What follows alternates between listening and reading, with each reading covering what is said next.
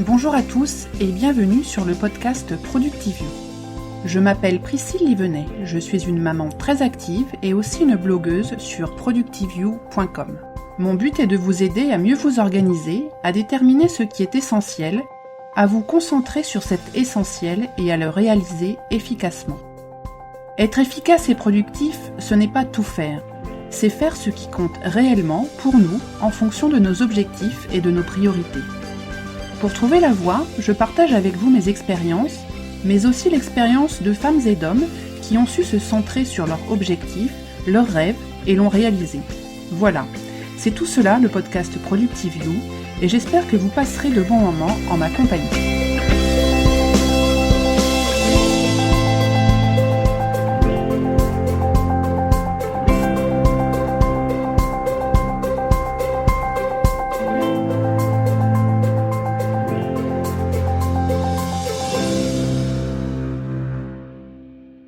Bonjour à tous et bienvenue dans ce nouvel épisode du podcast de ProductiveU. Nous sommes en plein mois de juillet, même si quand on regarde par la fenêtre, on n'a vraiment pas l'impression qu'on y est. Et donc, on est censé être une période de vacances, mais aujourd'hui, on va parler de la rentrée scolaire. On va pas perdre les bonnes habitudes et pour nous aider à préparer la rentrée scolaire, j'ai fait appel à une grande spécialiste de mes amis, Marina, l'accro du budget. Bonjour Marina. Bonjour Priscille, bonjour à tous. Je suis ravie de te retrouver, donc les auditeurs Aussi. commencent un petit peu à te connaître, puisque tu étais déjà dans un des tout premiers podcasts de ProductiveU, le 3e si je me souviens bien.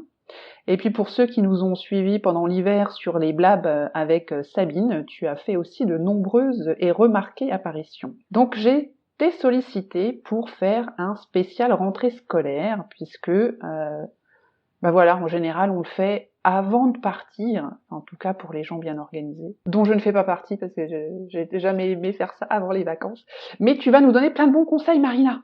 Quelques astuces pour ne pas stresser pendant les vacances. Voilà. Alors, on t'écoute, comment on s'y prend pour préparer cette rentrée? Alors comme je disais, la première chose, c'est pourquoi est-ce qu'on va anticiper sa rentrée, déjà pour ne pas stresser, mais aussi pour pouvoir étaler les dépenses sur plusieurs mois et pas se retrouver avec un gros trou sur son compte bancaire au mois de septembre. Donc en septembre, il y en a certains qui ont en plus les impôts à payer. Voilà. Alors comment on va faire? On va reprendre un bloc-notes, un carnet, le bullet journal ou bien une appli et on va lister. On va commencer par lister ses fournitures scolaires. De quoi est-ce que les enfants vont avoir besoin? N'hésitez pas à demander aux écoles et aussi aux professeurs s'il va y avoir des listes prédéfinies. On va lister aussi les vêtements. On fait le tour de ces placards et on regarde précisément ce dont les enfants ont besoin et nous aussi. S'il y a des activités sportives, on prévoit les équipements sportifs.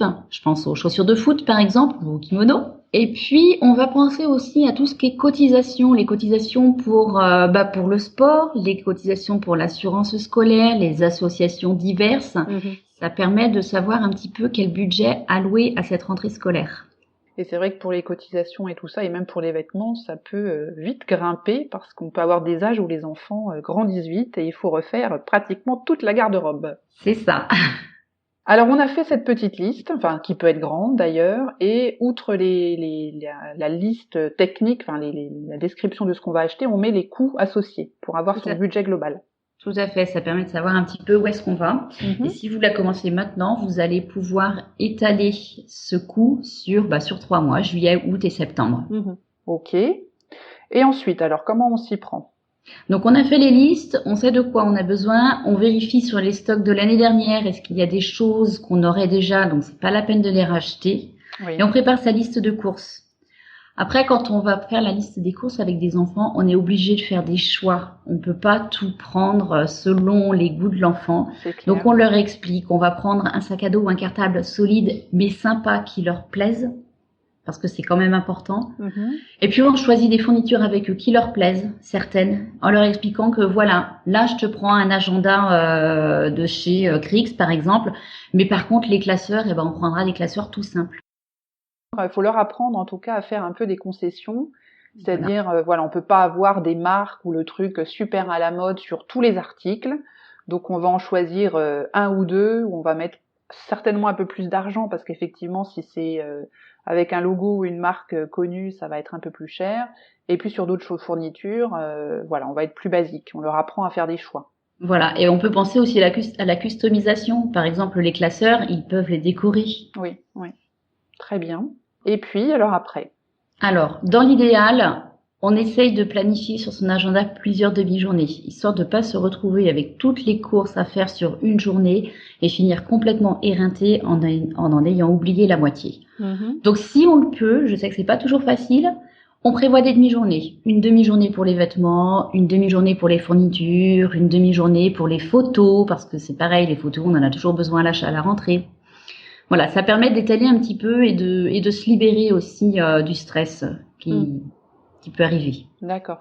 Et ces demi-journées, on va les planifier quand? Dès maintenant? C'est-à-dire là, on se dit, c'est juillet, c'est les soldes, on en profite, ou je sais que dans certains supermarchés, déjà, il y a ils ont déjà sorti quasiment toutes les fournitures scolaires. Là, on voit les palettes de papier, de feuilles pour les classeurs, etc. On fait ça dès maintenant ou on attend un petit peu? Parce que, comme tu disais tout à l'heure, le but, c'est quand même d'essayer d'étaler les dépenses sur plusieurs mois. Alors, est-ce qu'on commence quand même malgré tout maintenant en tapant un peu dans la réserve ou on s'organise comment? Bah justement, c'est vrai que commencer maintenant, ça permet d'étaler les dépenses. Après, ça a un côté un petit peu déprimant, je trouve, d'aller tout de suite acheter le cartable, les cahiers, etc. Mais bon, si les enfants sont OK ou si ça vous déprime pas, pourquoi pas? Vous pouvez effectivement, comme tu le dis, profiter des soldes. Ouais. Parce que bon, il y a peut-être quand même des affaires à faire en ce moment. Donc oui, on peut commencer maintenant, mais il vous reste quand même 2 mois. Oui, et puis comme je disais tout à l'heure, les enfants grandissent vite. Il suffit d'avoir passé 2-3 semaines à la verre et hop, il y en a certains qui vont prendre 2 centimètres ou 3 dans l'été. Donc c'est peut-être pas le moment Donc on voit un peu en fonction effectivement des périodes de la vie, si les enfants grandissent plus trop vite, si on est en fin d'adolescence ou autre, on peut peut-être déjà faire quelques achats pendant les soldes pour avoir Voilà. leur permettre là aussi, on fait un peu comme moi je me souviens avec les enfants, je faisais un peu ça, un peu comme ce que tu nous as suggéré tout à l'heure pour les fournitures scolaires, plutôt que d'avoir que des vêtements de marque qu'on peut pas forcément se payer, dire voilà, je te prends un t-shirt, machin, un pantalon, truc, puis le reste plus basique. Et puis je pense aux ados, ils vont passer la saison avec leurs copains. Alors pour les vêtements, ça peut être judicieux d'attendre un petit peu pour voir un petit peu ce qu'ils veulent au niveau de la mode. Ouais. Parce que si vous achetez aujourd'hui des jeans et qu'arrivez à la rentrée, ils vous font ouais mais non celui-là il est complètement has-been, moi j'en veux pas. Je sais même pas s'ils utilisent le mot has-been d'ailleurs. Je suis pas sûre. Je crois que c'est plus ça maintenant. On est trop vieille, Marina, on est trop vieille. C'est moche. Ok, donc on attend un petit peu, de planifier, donc on va planifier ça plutôt vers fin août, début septembre, quoi, voire même juste après la rentrée pour les vêtements. On en prévoit quelques-uns avant la rentrée quand même. Là, ce qu'on peut prendre, c'est le basique. Oui. Vraiment le basique, les équipements de sport. Si c'est un sport qui continue depuis l'année dernière, il y a juste à renouveler un petit peu s'il y a besoin, mais en général, ça change pas d'un mois sur l'autre. Ok. Et alors après, tu nous dis, on peut donc essayer d'estimer le coût total de cette rentrée, et puis on va donc la diviser par le nombre de mois qui restent. Ouais. Et puis tous les mois, on met un petit peu de côté. Voilà. Alors, soit effectivement, on fait les courses de rentrée juste avant la rentrée, et là, commencez dès maintenant à mettre un petit peu de côté. Vous avez estimé votre budget, vous savez que vous en avez à peu près pour, 200 € de vêtements, 100 € de cotisation et 100 € de fourniture scolaire. C'est complètement au hasard. Mes enfants ont 5 et 6 ans, donc pour l'instant, la rentrée ne me coûte pas cher. Voilà, vous faites le total. Si ça revient à 400 €, vous divisez par les 3 mois qui vous restent. Vous mettez de côté cet argent pour être sûr de ne pas y toucher. Surtout avec les vacances, je sais que, on a souvent tendance à se faire beaucoup plus plaisir en vacances, à sortir. Donc, essayez d'en mettre quand même un petit peu de côté pour la rentrée. Comme ça, quand vous avez vos courses à faire, vous savez que vous avez de l'argent de côté. Ouais. Alors, après, je sais que pour pas mal de gens, il y a aussi la prime de rentrée scolaire qui est versée par la caisse d'allocation familiale. Cependant, après, quand on a les cotisations sportives, je pense à des enfants qui, par exemple, font des sports qui coûtent assez cher. Ça peut être bien de garder cette prime pour ces occasions-là. Oui, c'est clair. Je pars du principe qu'il faut mieux prendre ses responsabilités et se dire je prévois le maximum pour que ça passe dans mon budget. Et puis si j'ai une prime ou si j'ai de l'argent en plus, tant mieux, ça sera du bonus, mais j'ai quand même prévu ça, au cas où. Très bien. Et puis effectivement, on va arriver à faire face. Mais j'ai une autre petite question. Est-ce que la rentrée scolaire, c'est un événement récurrent pendant toute l'année, enfin toute la vie scolaire, en tout cas de nos petites têtes blondes. Est-ce qu'on peut pas aussi du coup anticiper carrément d'une année sur l'autre en se disant, au lieu de mettre 400 € de côté en 3 mois, je vais mettre 40 € par mois sur toute l'année? Carrément, tu as vraiment raison, Priscille. Ouais. C'est là où avoir son budget, ça sert. C'est que si vous savez à peu près combien vous coûte la rentrée, parce que tous les ans c'est plus ou moins le même montant, effectivement, divisez-le par 12, versez-le sur un compte épargne en début de mois, mais en notant bien, en gardant bien en mémoire que ce compte épargne-là, ou ce montant-là dont vous avez besoin pour la rentrée, faut pas le dépenser à côté. Sauf cas exceptionnel, comme une voiture qui lâche ou... Ouais, moi je fais ça sur mon petit fichier de suivi. Alors je rappelle d'ailleurs que sur le site de Marina, accrodubudget.com, vous avez tout un tas d'outils, dont un fichier Excel pour suivre son budget qui est vraiment très très bien fait. Donc je mettrai le lien dans les notes de l'émission, donc vous allez pouvoir aller récupérer ce magnifique fichier et puis le personnaliser, le customiser, comme dit Marina. Et il est surtout facile à utiliser. Oui, très, je confirme. Alors moi j'en ai un autre un peu différent parce que j'en avais déjà un vieux, donc voilà, je l'ai gardé. On garde ce qui marche. Oui, mais même si, comme je te l'avais dit, le fait d'avoir suivi ta formation l'an dernier m'a permis de revoir un certain nombre de choses, et puis maintenant j'ai un petit peu réagencé 2-3 petites choses, donc il est encore mieux qu'avant, grâce à toi, et je te remercie. Donc moi je me suis fait un petit onglet dans mon fichier Excel sur l'argent que je mets de côté, parce qu'effectivement on va dire je mets X centaines d'euros tous les mois de côté, et le but c'est de se dire à quoi c'est alloué à la base. Et donc je mets bien que ça va être pour les vacances, ça va être pour ci, ça va être pour ça. Et globalement, je fais une espèce de clé de répartition de la somme que je mets tous les mois en disant voilà, il y a tant d'euros, 20 € pour ci, 15 € pour ça, etc.